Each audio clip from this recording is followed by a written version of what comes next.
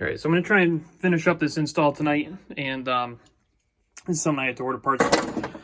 So this is the stock bolt that goes into the transmission holding the case halves together, and you can see here there's about that much thread engagement, and if we were to just use the factory bolt with the brace, we'd lose almost like a third of that thread engagement, and this is an all aluminum case, so I'm kind of worried about that.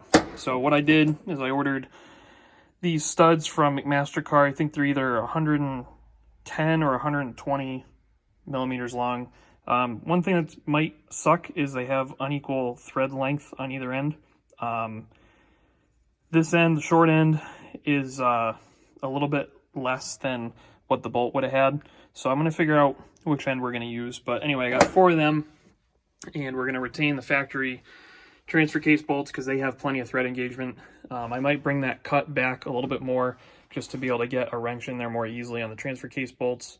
But we're going to go ahead and get this wrapped up tonight, hopefully. Well, unfortunately, it looks like this is going to have to wait because there's a couple things going on here.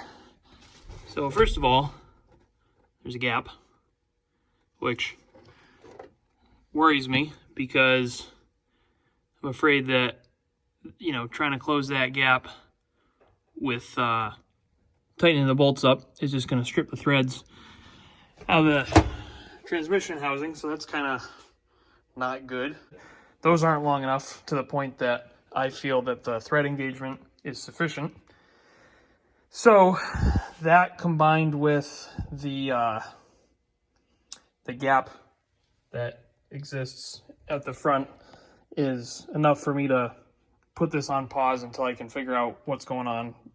I'd really like to run the brace. I already obviously committed to cutting the floor, and I think the brace is just kind of cheap insurance, so I got to get that figured out.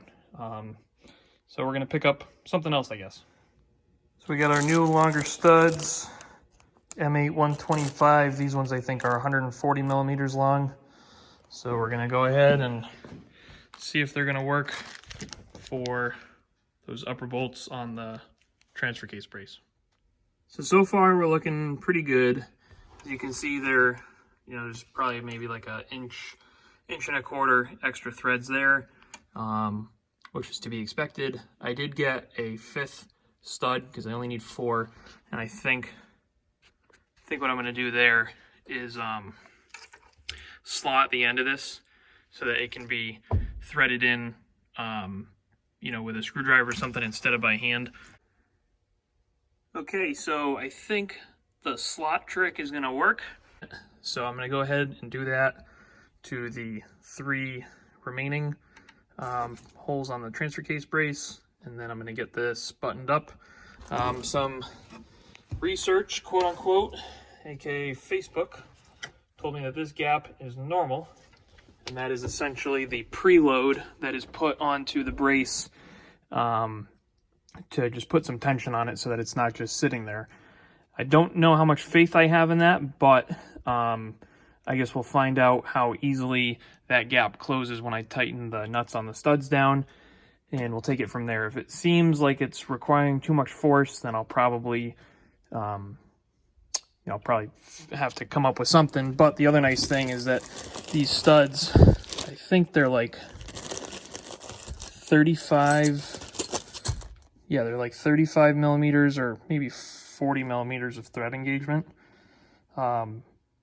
or threads on the studs anyway. So I don't know what the actual engagement is on the transfer or the transmission side, but it's definitely going to be more, substantially more than the factory bolts. So enough talking. I'm gonna get this buttoned up. So we got the brace fully installed.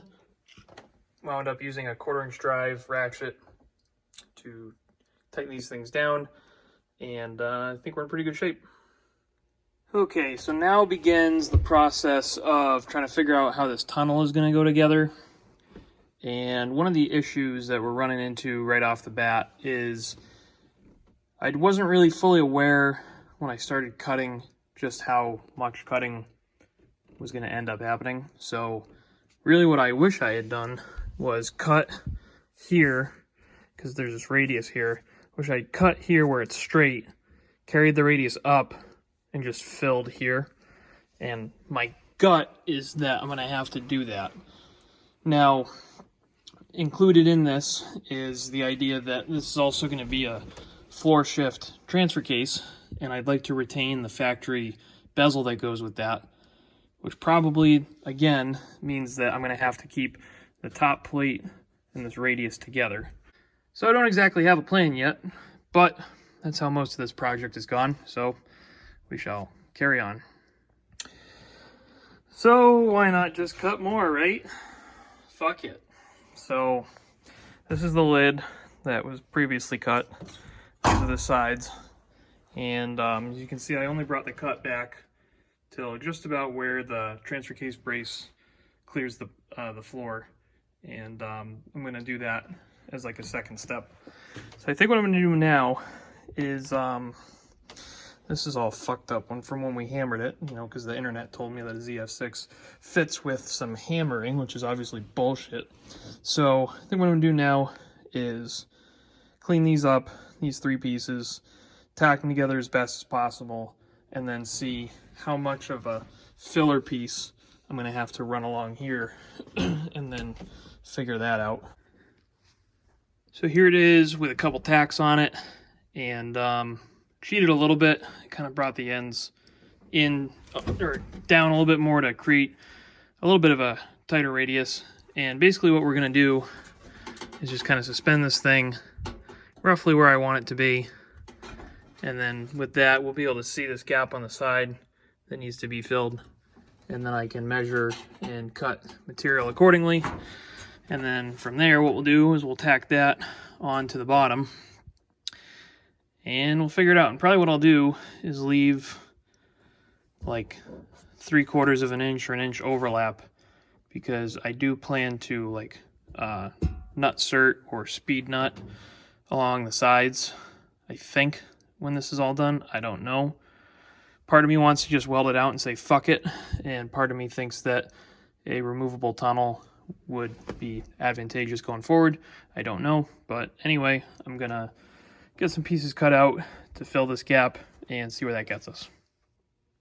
So we got our 3-inch pieces on, and I think this is probably going to wind up being about how much we need to lift the tunnel, and also leave a little bit of an overhang for any potential fastener situation on the bottom, which, now that I think about it, makes sense, because a lot of guys say that they can clear this transmission with a 3-inch body lift. Well, I got news for you. Fuck your body lift. We're going to cut the tunnel instead. So I think tomorrow what I'm going to do is I'm going to come back and I'm going to square up this joint a little bit. And then with the back, as I said before, I'm kind of leaving this to figure out what I'm going to do. I imagine I'm going to have to get creative somehow to bring this radius in or something.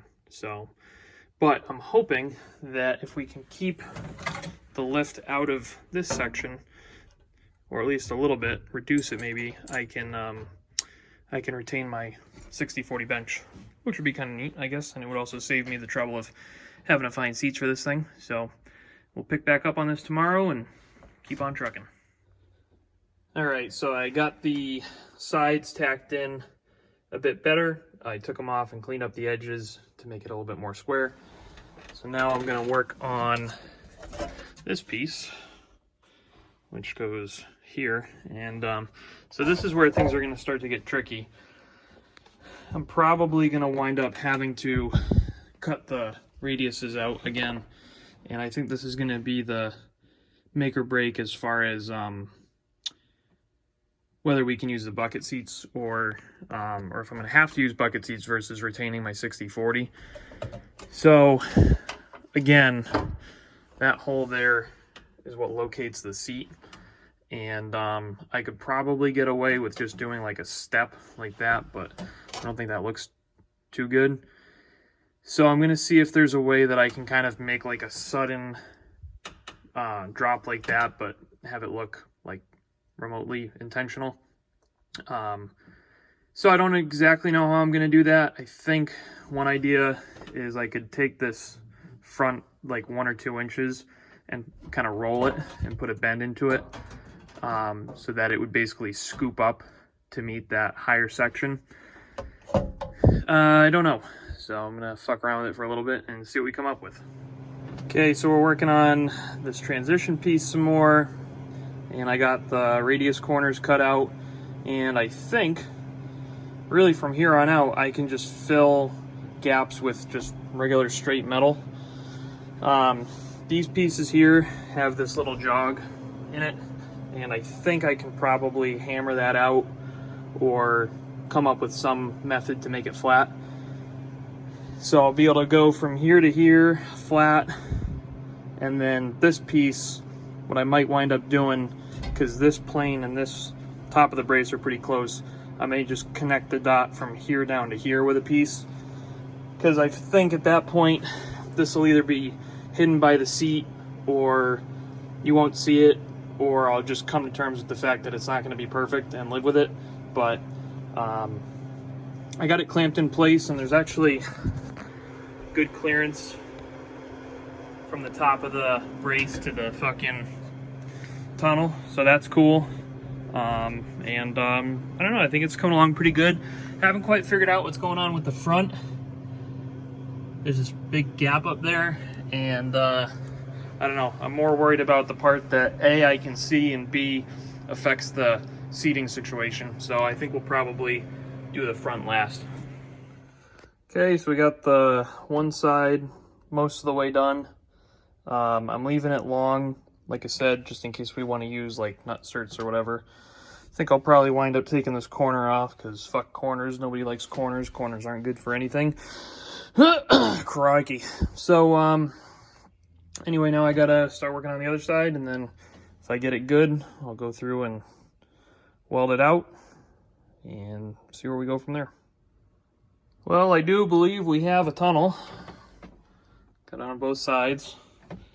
So I think what's next is basically I'm just going to go around and clean up the edges and the corners and stuff, and then going to put this on pause for the time being, because I got to figure out what we're doing as far as a four-wheel drive shift linkage and some other stuff. So this is probably going to do it for this video, just because this one ran a little bit long anyway. But that's the tunnel, and it's mostly finished form, so stay tuned for the next one.